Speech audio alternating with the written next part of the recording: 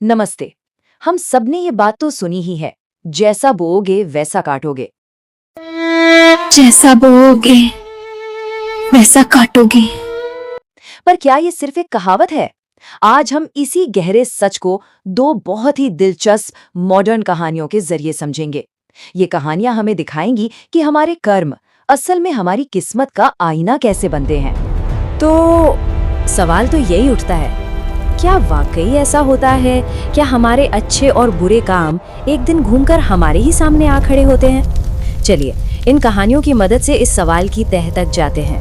तो हमारी कहानी में दो औरतें हैं, दोनों एक दूसरे से बिल्कुल अनजान अपनी अपनी जिंदगी जी रही हैं। उनकी कहानियां भले ही अलग हों, लेकिन उनकी किस्मत का धागा एक यूनिवर्सल लॉ कर्म की नियम से जुड़ा हुआ है।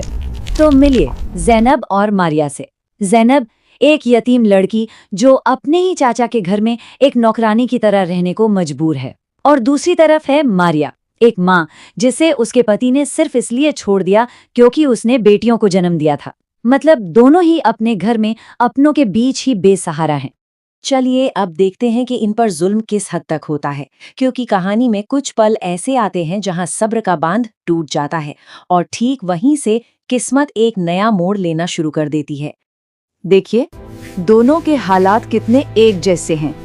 एक तरफ ज़ैनब है जिसे उसकी चाची शकीला बेगम ने घर में पनाह तो दी, लेकिन एक बेटी की तरह नहीं बल्कि एक नौकरानी की तरह। और दूसरी तरफ है मारिया जिसे उसका पति हमजा सिर्फ इसलिए ठुकरा देता है क्योंकि उसे अपने खानदान को आगे बढ़ाने के लिए एक बेटा चाहिए था। सोचिए जरा, क्रूरता की हद देखिए। जब दरवाजे पर एक भिखारी आता है तो शकीला बेगम अपनी ही भतीजी ज़ैनब की तरफ इशारा करके कहती है कि अगर कुछ ले ही जाना है तो इसे ले जाओ। यही तो है हमारा मान सम्मान। मतलब ज़ैनब की कीमत उसकी नज़र में कुछ भी नहीं, एक बोझ से ज्यादा कुछ नहीं। और कुछ ऐसी ही बेरहमी का सामना मारिया को भी करना पड़ता है। जैसे ही पता चलता है कि उसे फिर से बेटी होने वाली है, उसका पति हमजा उसे और उसकी दो बेटियों को गर्भवती हालत में ही घर से बाहर निकाल देता है। निकल जाओ मेरे घर से। सिर्फ एक बेटे की चाहत में वो अपने पूरे परिवार को सड़क पर ले आता है। तो यही वो पल था, दोनों को उनके अपनों ने ही बेघर कर दिया। ये सिर्फ अन्याय नहीं था, ये वो बीज था जो बोया जा चुका था, कर्म का वो बीज जिसका पेड़ उगना और फल मिलना अब तय था। अब कहानी का अगला पड़ाव शुरू होता है। कहते हैं ना, जब एक दरवाजा बंद होता है तो दूसरा जरूर खुलता है। तो देखते हैं कि ज़ैनब और मारिया ने अपने सब्र और हिम्मत के दम पर इस मुश्किल वक्त का सामना आखिर कैसे किया। दोनों के रास्ते अलग अलग थे, पर मंजिल एक ही थी, आत्मसम्मान के साथ जीना। ज़ैनब को जिस भिखारी के हवाले किया गया था, वो असल में एक खुफिया अफसर निकलता है जो उसे एक महफूज घर ले जाता है। और वहीं मारिया, वो किसी के सहारे का इंतजार नहीं करती। वो एक सिलाई मशीन से अपनी और अपनी बेटियों की किस्मत लिखना शुरू कर देती है। उधर शकीला और हमजा अपनी दुनिया में मगन थे। उन्हें लग रहा था कि चलो भाई, जिंदगी की परेशानियों से छुटकारा मिल गया। लेकिन उन्हें ये एहसास तक नहीं था कि उनकी क्रूरता ने उन्हें अंदर से खोखला करना शुरू कर दिया था। और यहाँ ज़ैनब और मारिया अपनी मेहनत से एक नई मजबूत दुनिया बना रही थीं। और अब आता है कहानी का सबसे दिलचस्प मोड़। वो कहते हैं ना, ऊपर वाले के घर देर है अंधेर नहीं। तो चलिए देखते हैं कि किस्मत ने उन लोगों से अपना हिसाब कैसे लिया जिन्होंने अन्याय की सारी हदें पार कर दी थी। और फिर वक्त का पहिया घूमता है। शकीला की अपनी लाडली बेटी आयशा को तलाक हो जाता है और इस सदमे में उसके शौहर की मौत हो जाती है। उधर हमजा, उसकी दूसरी शादी भी एक बेटे के लिए नाकाम रह जाती है और वो दुनिया में बिल्कुल अकेला रह जाता है।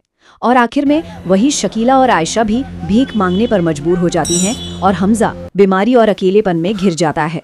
ये देखिए कैसे वक्त ने पूरी बाजी ही पलट दी। जिन्होंने दूसरों को ठुकराया था, आज वो खुद ठोकरें खा रहे हैं। और जिन्हें बेसहारा समझकर छोड़ दिया गया था, आज वो सम्मान और सुरक्षा की जिंदगी जी रही हैं। ये कर्म का सीधा साधा साफ हिसाब है। और इस कहानी के सबसे खूबसूरत बात पता है क्या है? मारिया की वो दो बेटियां जिन्हें बोझ समझकर घर से निकाल दिया गया था, वही दोनों बेटियां पढ़ लिखकर डॉक्टर बनती हैं। ये दो बेटियां ही उसकी असली जीत हैं। अब कहानी अपने अंजाम पर पहुंच रही है।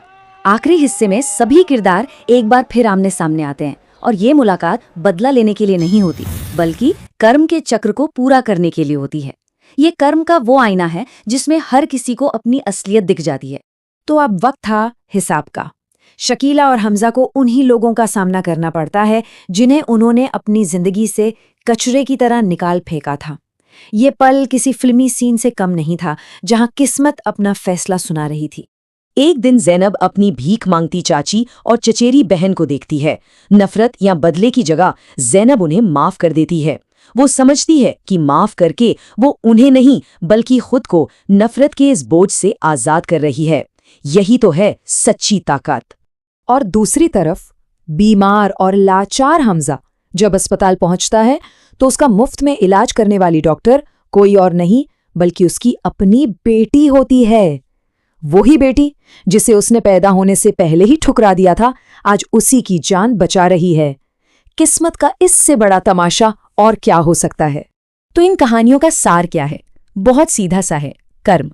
ये एक ऐसा यूनिवर्सल प्रिंसिपल है जहां हमारे इरादे और हमारे काम हमारा आने वाला कल तय करते हैं। जो बोया है वो काटना ही पड़ेगा। ये एक अटल नियम है। इन कहानियों से हमें कुछ बहुत जरूरी बातें सीखने को मिलती हैं। पहली, कर्म का नियम टाला नहीं जा सकता। दूसरी, सब्र का फल हमेशा मीठा होता है। तीसरी, बदला लेने से कहीं ज्यादा बड़ी ताकत माफ कर देने में है। और आखिरी और सबसे जरूरी बात, बेटियां बोझ नहीं बल्कि एक आशीर्वाद होती हैं। तो अंत में एक सवाल हम सबके लिए है, जब हमें अपने चारों तरफ इतना न्याय नजर आता है तो क्या ये कहानियां हमें ये विश्वास नहीं दिलाती कि हर कर्म का फल जरूर मिलता है, चाहे थोड़ी देर से ही सही? इस पर जरूर सोचिएगा।